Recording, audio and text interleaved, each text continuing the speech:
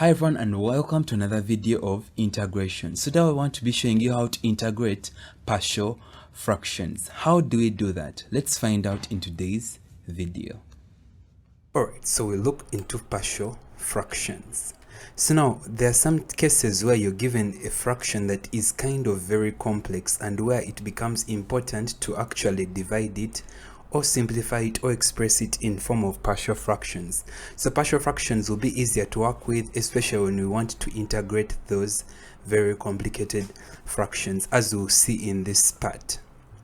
So partial fractions is a method used in calculus to decompose a rational function into a sum of simpler fractions.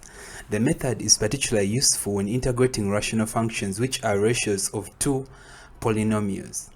The goal of partial fractions is to break down a complex fraction into simpler components, making it easier to integrate. So we follow the following steps when expressing a fraction into partial fractions. So step 1, check the power of x in the numerator and denominator after expansion to ensure the fraction is proper. So this is actually one of the most important key steps, because when you work with proper fractions there is actually a little bit of a difference from those that are improper. So step 2, if the highest power of x is in the numerator is less than the highest power of x in the denominator, then the fraction is proper. But if the highest power of x in the numerator is equal to or greater than that of the denominator, then the fraction is improper. Improper fractions must be expressed as a mixed fraction before expressing into partial fraction by carrying out long division. Alright, so let's look into that. Let's see what that can look like. So imagine you asked to express this as mixed fractions. As you can already see here in this fraction, the highest power of the numerator, the power of the numerator is actually higher than the highest power in the denominator, because we have x cubed and we have x squared down. So this is an improper fraction since 3 is greater than 2. So we shall first express as mixed fraction using long division. So using long division, this is what we're going to do. We're going to divide. We're going to have this value at the numerator dividing the value at the denominator. Now as you can see, we've actually just added the actual missing parts, but actually this actually is the same thing as x cubed, because you can actually see we have 0x squared, 0x plus 0. So this is just to fill in the missing blanks, but this generally simply means x to the power 3, and then we have x squared plus 1, which is the denominator to actually dividing by. So if we get x cubed divided by x squared, we have x times x squared is x squared plus x. So when we multiply this into this, it's x squared plus x. So we subtract. So when we subtract that, we remain with a negative x, because now there is actually no value in the x squared region, but now a 0x minus x is negative x, so remain with the negative x as our remainder. So therefore x cubed divided by x squared plus 1 can be expressed in mixed fractions as x plus negative x over x squared plus 1. Of course we can actually bring that negative sign and it will affect the plus sign, and it will become x minus x over x squared plus 1, and therefore that is the mixed fraction. So that's how we deal with it when we have an improper fraction. Let's look at another example. So we actually have express x cubed minus 3 as mixed fractions over x minus 2 times x squared plus 1. So now what happens is, if you open these brackets and multiply, you'll actually have an x cubed value. So that means that we have the same highest power at the numerator and in the denominator. So as you can see, this is what happens when you actually open these brackets. We have x cubed minus 2x squared plus x minus 1. So this is an improper fraction since 3 is equal to 3. So we shall first express as a mixed fraction using long division.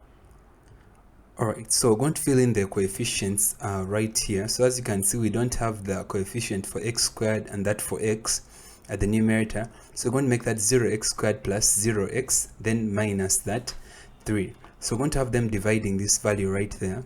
So that's what we have now. So now they actually look more equal. So now we have x cubed divided by x cubed, which is 1. Then 1 times that is going to be equal to that. So when we subtract that, we get 2x squared minus x minus 1. So now one of the things that's going to be important for us to know when to stop the long division is we actually have to look at the highest power now.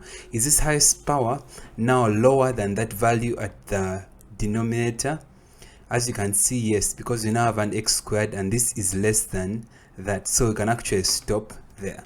So therefore our mixed fraction shall be 1 plus 2x squared minus x minus 1 divided by x minus 2 times x squared plus 1. Alright, how about if you ask to express this as mixed fractions? So obviously here you can actually see definitely that the highest power at the numerator is the same as the highest power at the denominator. So this is how it looks when we actually express it. You can see we have x power 4 as the highest power at the numerator, and then x power 4 is also the highest power at the denominator. So this is also an improper fraction since 4 is equal to 4. So we shall first express as mixed fraction using long division. So let's divide this. So you can actually see that now we can also fill in the blanks here. So we don't have the coefficient. So that we're going to assume the coefficient for the x cubed was 0. The coefficient for x squared was 0. Then we have this plus 2x minus 1. So this is going to divide by that value. So now when you divide this x power 4 divided by negative x power 4, it's going to be negative 1. So negative 1 times that, we have that. So now when we subtract these values, we are left with negative x squared plus 2x plus 5. As you can see, if you have 0x squared minus x squared, we have negative x squared. 2x minus 0 just remains 2x, and then negative 1 minus negative 6, which is negative 1 plus 6 is 5 minus. It's going to actually going to be equal to 5. And that's what we get right there. So now this is what we have. So now this is going to be our mixed fraction. So now we can actually say this negative we can actually pull out the negative from this fraction, this equation here, and then we'll have a negative outside the brackets, and this negative can affect the plus sign, and we'll have that value like that, and that will be our mixed fraction. Alright, let's look at number 4. So number 4 being asked to express 2x squared minus x plus 14 into simpler fraction over 4x squared minus 1 over x times x plus 3.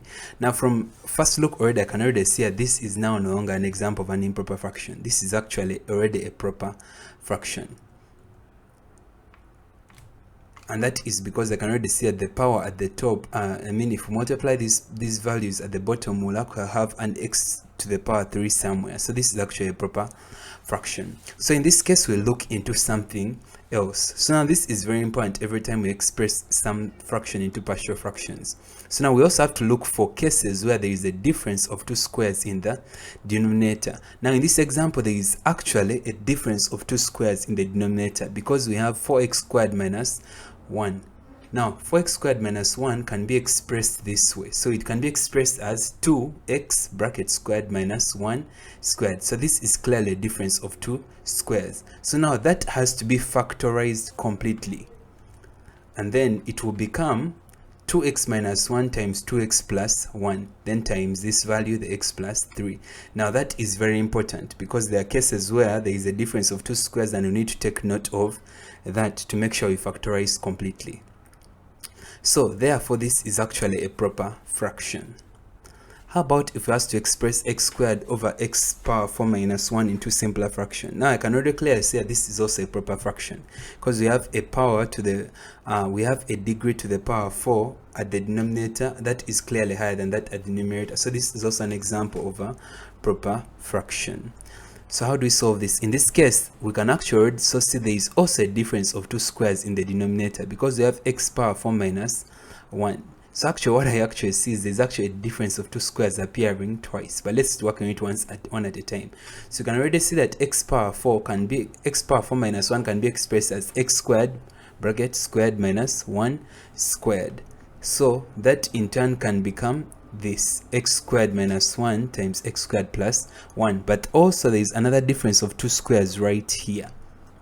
So there's also a difference of 2 squares in the denominator, x squared minus 1. So that also has to be factorized completely. Then at the end we'll have x squared divided by x power 4 minus 1 being equal to x squared over x minus 1 times x plus 1 times x squared plus 1. And that is how it is simplified. So let's look at another question. We're being asked to express 3x cubed plus x squared minus 2x into simpler fraction. Divide by negative 4x squared plus 1 times 9 minus x squared. Now this in this case, there is actually a difference of 2 squares in both denominators if you actually see it clearly.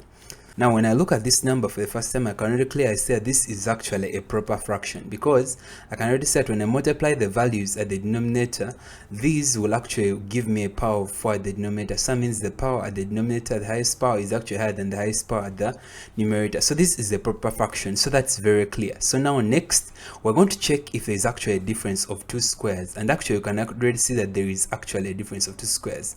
So in this case, there is a difference of 2 squares in both denominators, both this and that. And why is that? Because you can actually see that this negative 4x squared plus 1 can be expressed as 1 minus 4x squared, which is the same as 1 squared minus 2x squared. And then this also can be expressed as 3 squared minus x squared. So now there's a difference of 2 squares in both. So you can actually already see that this can be expressed as this. So this can be broken down into 1 minus 2x times 1 plus 2x, and then this can be expressed as 3 minus x times 3 plus x.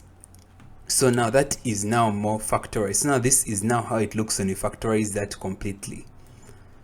So therefore this is also a proper fraction. Let's look at number 7. How about this? So first of all, you can already see that this is actually a proper fraction, because the highest power at the highest power at the numerator is lower than the highest power at the denominator. So this is actually a proper fraction. So now, what else can we see? Now we can actually see that now we have x appearing in each of the values at the denominator. So we can actually see that there is a possibility of factorizing out x. So remember that we have to, as we convert or express into a simpler fraction, we have to make sure we factorize completely.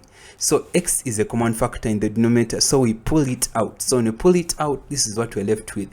We'll have x squared plus 1 divided by x into x squared plus 4x plus 3. But we can also say that x squared plus 4x plus 3 can be factorized also, because this is also a quadratic fraction. Now this is a quadratic fraction that can also be simplified. So you can actually say that this can be simplified into that. So it can also be simplified as x plus 3 times x plus 1. So therefore, we'll have it in, when we factorize everything completely, we end up with x squared plus 1 divided by x into x plus 3 times x plus 1. Let's look at another question. So we're being told to express 2x minus 3 into simpler fraction. 2x minus 3 divided by x power 4 minus x cubed minus 2x squared. So we can also see again that x is a common factor in the denominator, so we pull it out. So x appears in both denominators, so we can actually pull it out. So when you pull it out, we have, actually we can pull out x squared. So when you pull it out, we have x squared plus 1 divided by x squared into x squared minus x minus 2. But we can also see that x squared minus x minus 2 can be factorized as well, because it's a quadratic fraction that can, it's a quadratic equation that can also be simplified. It can be broken up into x minus 2 times x plus 1. So this requires the knowledge of quadratic equations, or knowing how to simplify them and how to express a quadratic equation in terms of linear factors. So this can be expressed as x minus 2 times x plus 1. So therefore, we'll have x squared plus 1 divided by x squared into x minus 1 into x plus 1, and that will be it in a simpler fraction. Thank you so much for watching this video. I hope the video really helped you. If you did, feel free to tell me below in the comments. I'll make sure to get time to read through your comments and to reply to you. And also, if you're new to this channel, I encourage you to join the community by subscribing. And then make sure to hit the notification bell so that you get updated every single time I upload a new video. Again, my name is Emmanuel Olega. Thank you so much for watching. See you in my next video.